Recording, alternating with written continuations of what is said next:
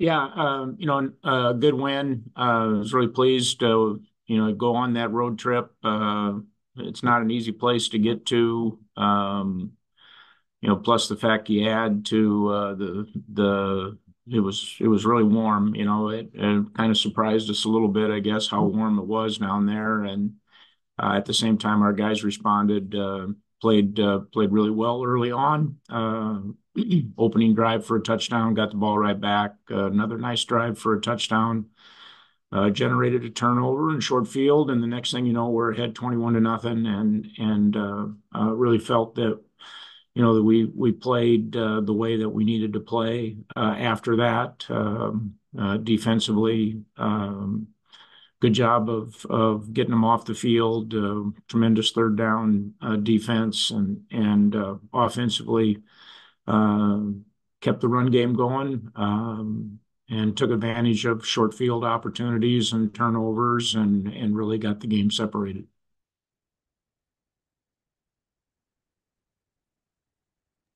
Thanks, Coach. Swaffer, go ahead. Morning, Coach. How are you? Good.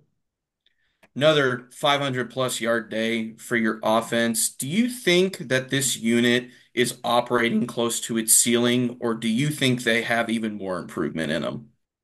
Well, you can always get better. There's some things that we did well. Certainly, you got to do some things well to have that kind of offensive numbers. But at the same time, there's some things that we can do better in terms of our execution. Thought at times our pass protection could have been a little bit better, and missed a couple of open guys, quite frankly, that could have been completions and kept couple of other drives alive. So I like the fact that we've been able to have balance, and late in the game we were able to run the football that you want to be able to do when you're trying to close out a game. But continuing to get better every week has got to be our emphasis, because if you're not getting better, somebody else is. Seems like Quayron Adams has really emerged in the last few weeks. He's getting more targets, getting more receptions.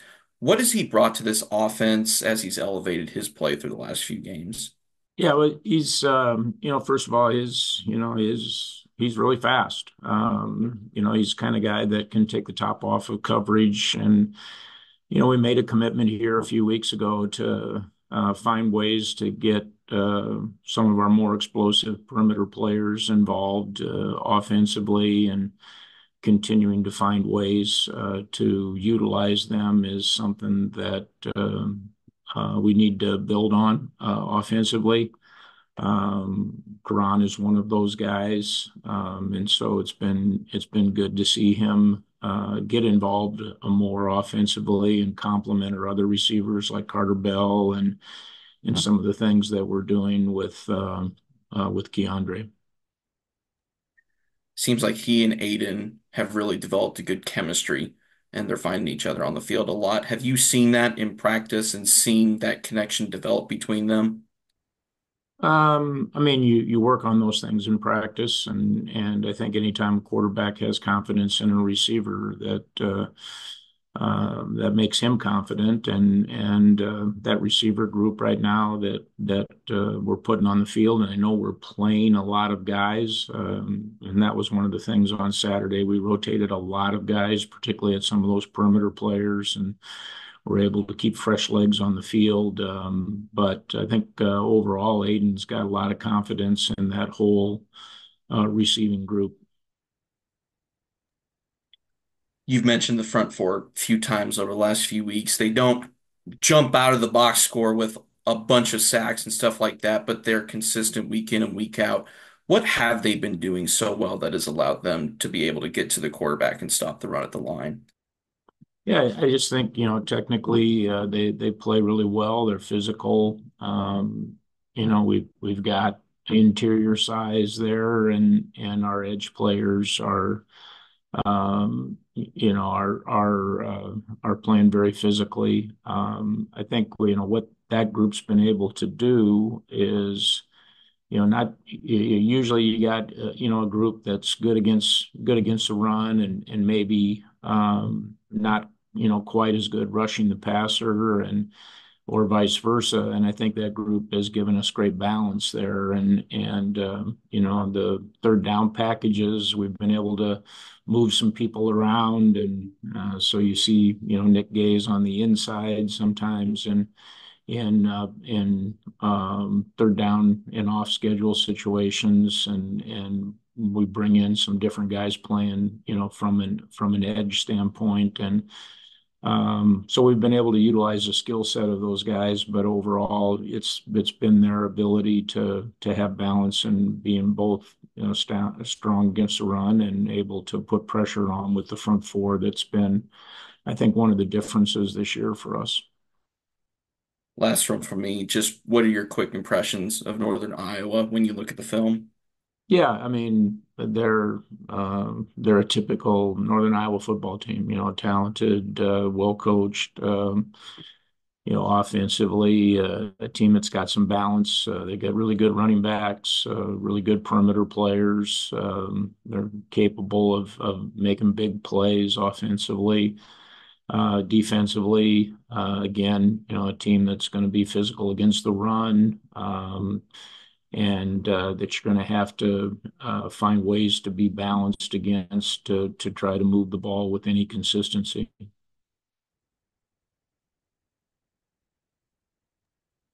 Awesome. Thank you. Coach, go ahead. Yeah, coach, a big win last week. Going into another Valley game, how do you guys, stay grounded despite the success against Murray State? Well, I think the competition grounds you every week, honestly, and obviously this is a really good football team that's coming in here. Our guys know that. A team that has played a very difficult early schedule, but when you turn on the video, you can see that, hey, this is a team that's got good players at every level, and a team that you're going to have to really go out and execute against and do all the little things right. And that's what our league is all about. And certainly Northern Iowa represents one of the better teams in the league. Yeah, they've had a quarterback who has kind of struggled to take care of the football. What are the plans to make sure, put pressure on him and make him make some plays? Well, win and turnover margin, is something that's important to us every week, and it was good to see, last week for the first time, we've done a pretty good job of taking care of the football, but last week really were able to generate some turnovers and through that some short field possessions and offensively we capitalize on that, and that's a goal of ours every week. Find ways that we can generate some turnovers, whether it's on defense. We got one in the kicking game on Saturday as well. But those kinds of things make a big difference by providing you some additional scoring opportunities. And then last one for me, I know in the fourth quarter you got to, see some new guys. How does that add to your depth as the season goes on? Well, I was really pleased with the way that, our second and even in some cases, some of the third guys came in. I didn't think we fell off a lot. I thought defensively we continued to do a really good job. And offensively, it was good to see that second offensive line group come in and continue to open some holes so that we were able to run the football and with some level of consistency and close out that game the way that you want to be able to close out a game. Awesome. Thank you, coach. Thank you. Jay, go ahead. Hey, Coach. Hey, Jay. Couple of things. You talked a little bit about the weapons that you have on offense and the number of them. What's the has there been a what's the dynamic been like on that side of the ball in terms of just the appreciation within those personnel groups for spreading the wealth? I mean, do you find that these guys are embracing the opportunities that are being spread around and that the attitudes are staying focused on the common goals as opposed to, bringing in any selfish kind of mentalities at all? I think this football team's got a really good team first mentality, and I know every player would like to have the ball in their hands on offense. That's just the nature of the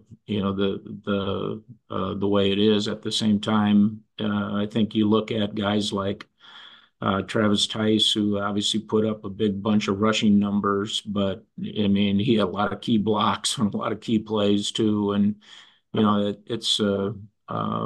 the unselfishness of guys like that really lead the way for your football team. And, perimeter wise, we had, I think, four different guys that caught three or more passes on Saturday. So the ball's getting distributed, finding the open guys, whether it's, Karan with a couple of big plays, Carter Bell with some critical third down receptions to keep drives alive. When you've got the ability to spread it around, you're a more productive offense, and we've been able to do that.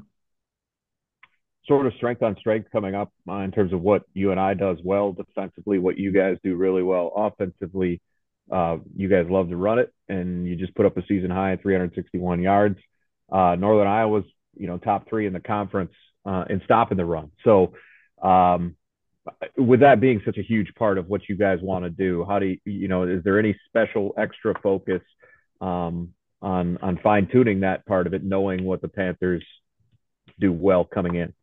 Yeah, I mean, I think certainly game plan. There's some things. One I'll talk from the offensive side first. It's finding those few things that you feel like you can do with some level of consistency in the run game, and then you got to go out and really execute those. At the same time, you got to have some balance. If you don't have balance, you can't be one dimensional against a good defensive team like that, because if you are, they're going to shut you down. And defensively, they've got some real weapons. They got a lot of big play capability, and being sound and making them work for everything, avoiding the chunk plays is one of the keys there, I think. And what we really did a good job of against Murray State was when we got them into third down situations.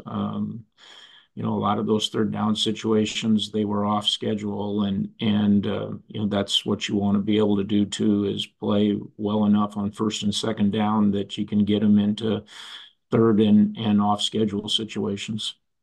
You talked a little bit about a couple of times now about how good you were defensively on third down, but offensively it was probably your best day of the season on third down as well. And obviously, going forward, that's going to be increasingly more important as you get deeper and deeper into the valley to be efficient on third down, keep those drives alive.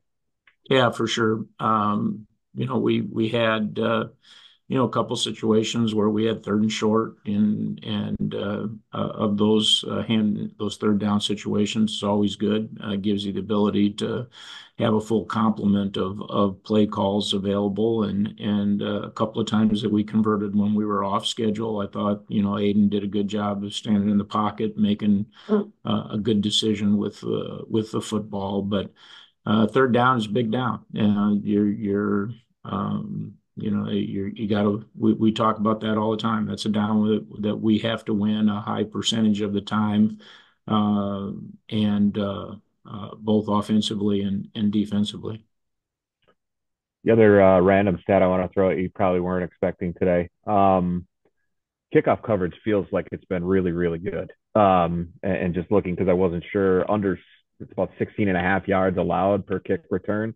Giving your defense a long field to work with. I mean, how much can that contribute to the success of that on that side of the ball if you're not giving up chunks and short fields?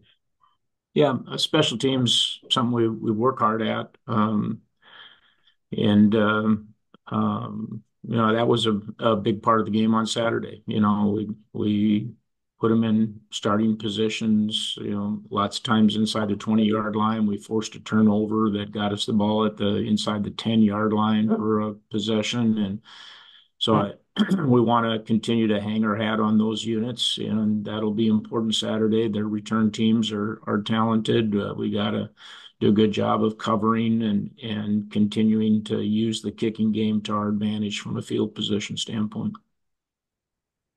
Thanks, Coach. Thanks. Thank you. David, go ahead.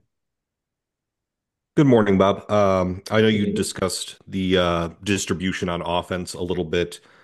Travis and Charles obviously had great games on the ground. Each had 3 touchdowns. Travis had 14 carries. Charles had 13. Is the distribution kind of by design, by the flow of the game? How do you kind of divvy up from your standpoint and maybe from Coach Davis's standpoint, who gets the ball and when? Yeah, it's really more of a flow of the game situation. We try to keep those guys as fresh as we possibly can. So you can see that there are times when we roll them within drives. There are times when we roll them by the drive. And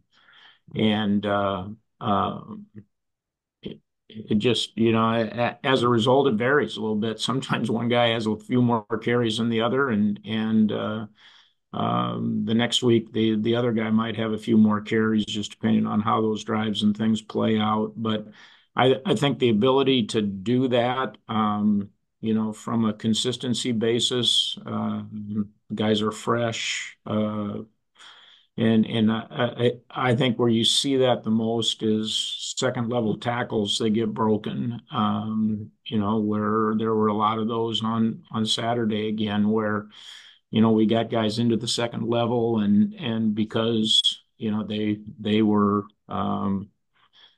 they were pretty fresh. They were able to slip a tackle, break a tackle, make a guy miss, that results in a bigger play, than just a 4 or 5 yard gain. So we want to continue to utilize those guys. And the fact that they're a little slightly different style runners, I think, helps complement each other. And then last one from me for now. In the 3 games against FCS opponents, you've outscored them 143-16. There's something to be said for efficiency, but as far as execution, from a very general sense, why have all 3 phases been able to execute over the last 3 weeks? Well, I think our guys are locked in right now. They understand that high level execution is what it's going to take to be in the thick of things at the end of the conference race.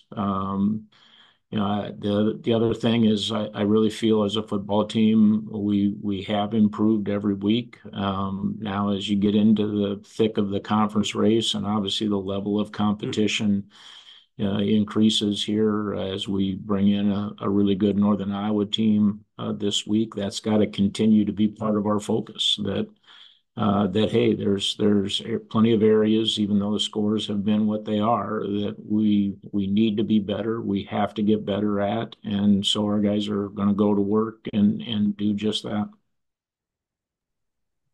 Thanks, Bob. Thanks. Borg, go ahead. Hey, Coach. I think one of the noticeable things, especially in the last 2 games, obviously, is the way this team's got, or the starts you've gotten to offensively. I think going back to last year, I don't remember how many how many times you guys scored on your first drive. I think maybe the NDSU game is one that stood out. But what do you think's been maybe a key to getting off some of these big starts where you've been scoring on your first drive, and we've seen the last 2 games on your first 3, 4, whatever? What's maybe led to some improvement in that regard? Well, I guess, I'll say, first of all, our offensive staff's done a good job with preparation. We've had, good plans going in, and our guys have done a good job executing those plans. I think the other thing, honestly, has been our ability to have a little bit more balance offensively. That was something that we focused on during the off season. We felt that we needed to find ways to create more explosive plays as part of our offense, and we've created those opportunities better, particularly in the last couple of weeks, and we need to continue to do that. But it's easier to score points when you're through the course of a drive, you pick up a 20, 30-yard play, and we've had a few of those that have been a part of those early game drives. I guess one other thing that maybe I don't know if this plays any factors. It also kind of speak to the attitude this team has. That I mean, obviously they're a top. They're considered certainly a team that wants to win a championship. They seem to have an attitude where they want to come out right away and make a statement, maybe put a team away. Not put a team away, but certainly when you have a team that's maybe struggling coming into a game, you can kind of put them up against the ropes right away. Is it a team that's also kind of a little more confident in itself than show maybe the aggression of a team, I guess, when you come out like this? I think our team is playing with a lot of confidence. I think that shows up in the way that we're playing. And part of that is you feel like you're well prepared, and you have confidence in those guys that are around you, which whether we're playing in the kicking game, offense and defense, I think right now, we've got guys that are fully bought in, understand that every play is going to be important, and that's the way that we've got to continue to approach every series. That hey, this is the play that might decide the game, and got to be ready to locked in and execute at a high level.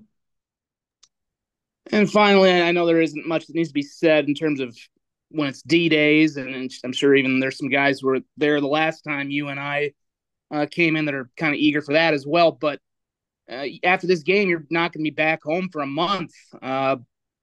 Just how important, I guess, how important, even more so than normal, to kind of soak this in and certainly enjoy this, knowing what you're going to have, knowing that it's going to be a while before you're back in front of those home fans.